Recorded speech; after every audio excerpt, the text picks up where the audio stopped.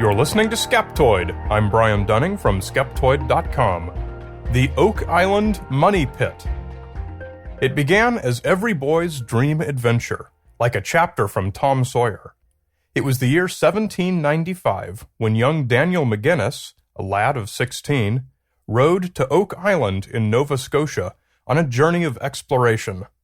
On the eastern end of the wooded island, he found something out of place. An old wooden tackle block suspended from a heavy branch, and on the ground below, a sunken depression.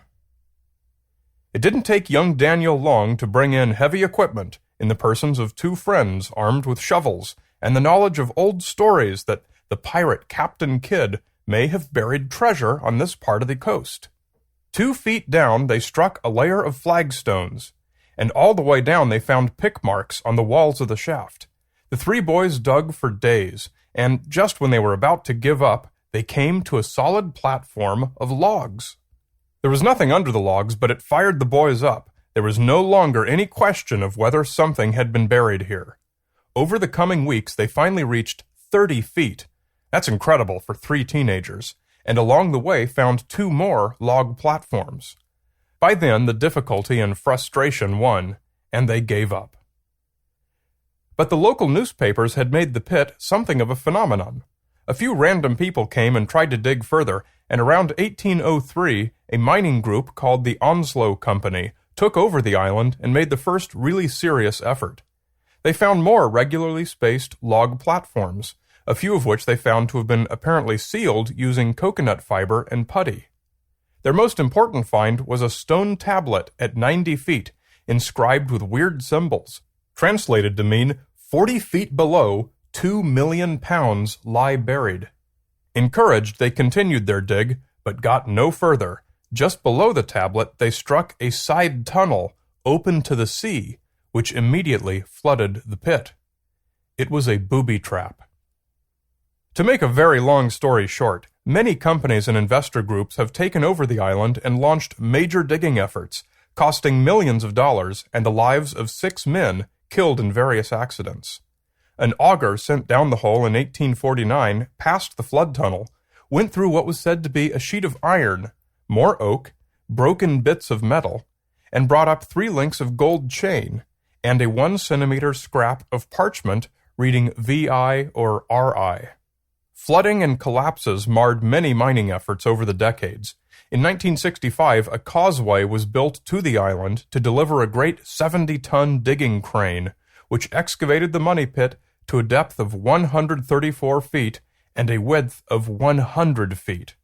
In 1971, workers sunk a steel caisson all the way down, finally striking bedrock at 235 feet. They lowered a video camera down into a cavern at the bottom of the shaft, but whether it shows nothing interesting or a spectacular pirate's cave seems to depend on whose account you read. After more than 200 years of excavation, that entire part of Oak Island is now a wasteland of tailings and abandoned gear, and the location of the original money pit is no longer known. What might have been buried at the money pit? Theories abound beyond the popular local notion of Captain Kidd. Other pirates said to have buried loot in the region include Henry Morgan and Edward Teach, as well as Sir Francis Drake and Sir Francis Bacon. Some suggest the Vikings. An interesting nomination is that of the British Army protecting payroll during the American Revolution, whose Royal Corps of Engineers were about the only folks at that time with the ability to construct such a system, with subterranean flood tunnels leading to the sea. I've long been curious about a couple of elements from the Oak Island story. First, the coconut fiber. Coconuts are not found in Nova Scotia, nor anywhere in the vicinity. The closest place coconuts were found in the 18th century was Bermuda, about 835 miles due south of Oak Island. You might think this supports the pirate theory, since pirates certainly frequented Bermuda and the Caribbean. Some accounts of Oak Island have said that coconut fibers were found in large quantities buried beneath the beach, though this has never been evidenced. A 1970 analysis by the National Research Council of Canada did identify 3 of 4 samples submitted as being coconut fiber. Radiocarbon dating found that the coconut came from approximately the year 1200, 3 centuries before the first European explorers visited the region, and 2 centuries after the only known Viking settlement, more than 600 miles away. How would 300-year-old coconuts get buried 50 feet underground when there was nobody around to do it, in a booby-trapped shaft that nobody had the technology to dig? It's really those flood tunnels that put the money pit over the top of anything you could expect pirates or anyone else to be responsible for, especially during a century when no Europeans were within thousands of miles. Divers would have needed weeks or months to cut subterranean tunnels from the bay nearby to the 90-foot level of the money pit. Or would they? The geology of Oak Island and its surrounding area gives us some more clues. The region is primarily limestone and anhydrite, the conditions in which natural caves are usually formed. In 1878, a farmer was plowing Oak Island just 120 yards away from the money pit, when suddenly her oxen actually broke through the ground into a 12-foot deep sinkhole above a small natural limestone cavern.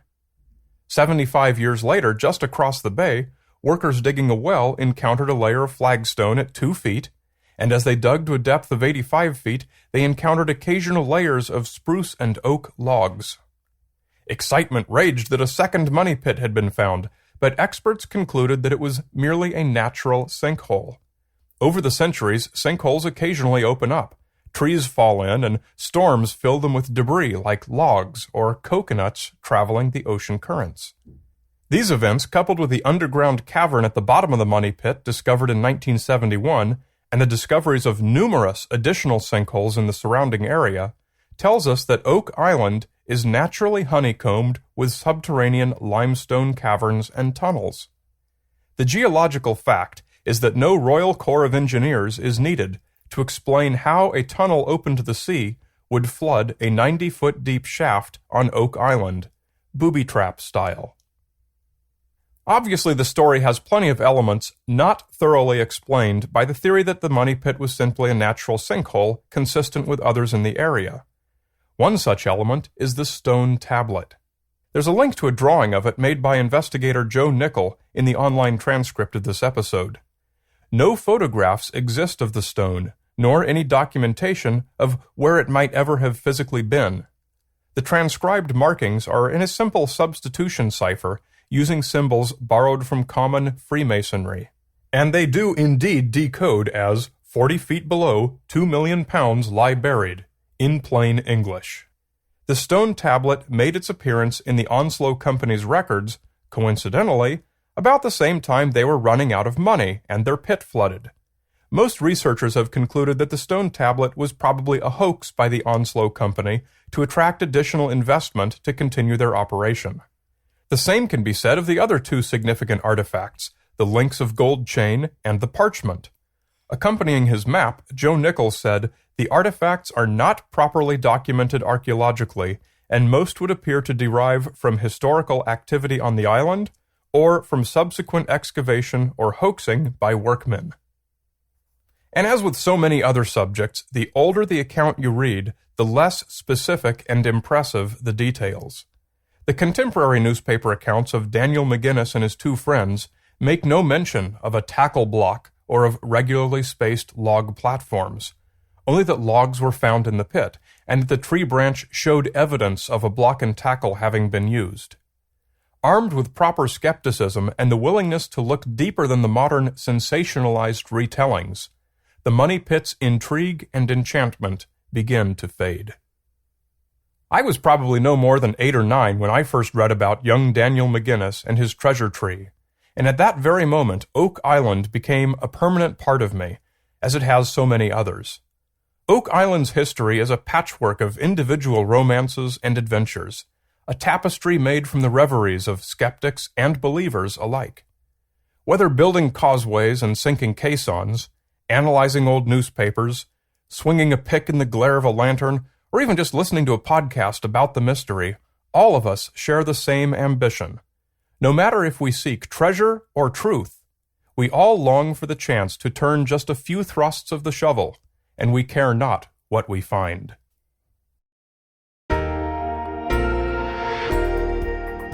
Don't forget, Skeptoid is licensed for use in the classroom and is encouraged. Come to Skeptoid.com for information about my newest in-person presentation, Sounds from Beyond, a fun-filled hour packed with weird actual recordings and strange sounds, guaranteed to educate and amuse as we apply scientific thinking to learn exactly what these phenomena really are. Come to Skeptoid.com and click on Live Shows. You're listening to Skeptoid. I'm Brian Dunning from Skeptoid.com.